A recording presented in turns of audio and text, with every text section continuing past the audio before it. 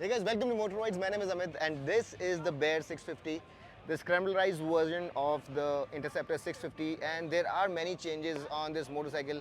And to start off, as you would see, that this is more built for on and off-road use, and the first of those changes is visible in the increased ground clearance, which is up to 184 mm, and the seat here is also much higher at 830 mm. Now, I'm not a very short rider. I'm reasonably tall at 5 feet 10 and I cannot quite plant my heels onto the ground. So for the shorter ones amongst you, this motorcycle would be rather inaccessible.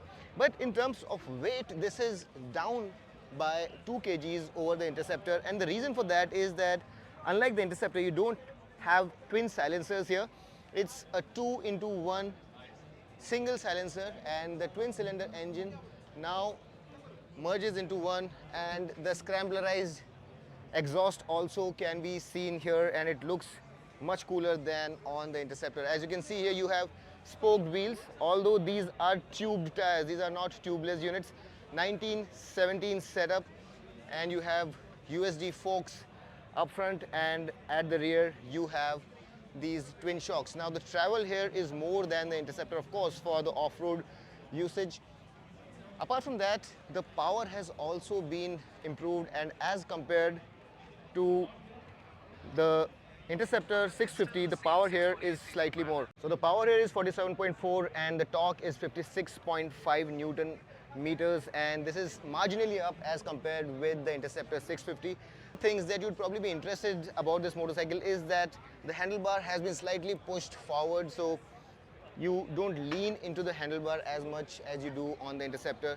The space is a lot more, and apart from that, the instrument console is the familiar unit. You have special Showa suspension here. The switchgear is very recognizable. You have the ignition here, the hazard switch, then you have the high-low beam. All of this switchgear is something that we have seen on the other motorcycles from the Royal Enfield family as well. Although the ABS on this motorcycle is switchable, so that's really good. Of course, it has to be there because this is supposed to be a scrambler. This motorcycle is essentially for people who are well-built, people who want to be taking it off the road as well.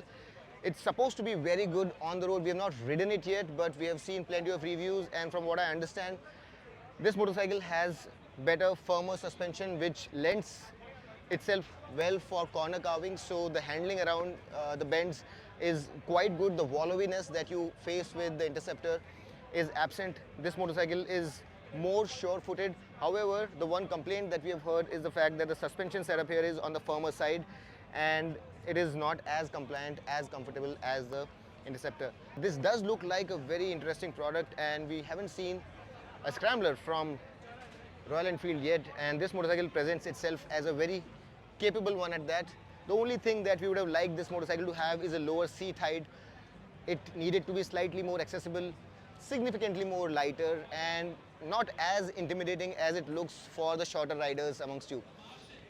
What are your thoughts on the Bear 650? Do you find this meaningful, or do you think that this is an exercise in futility?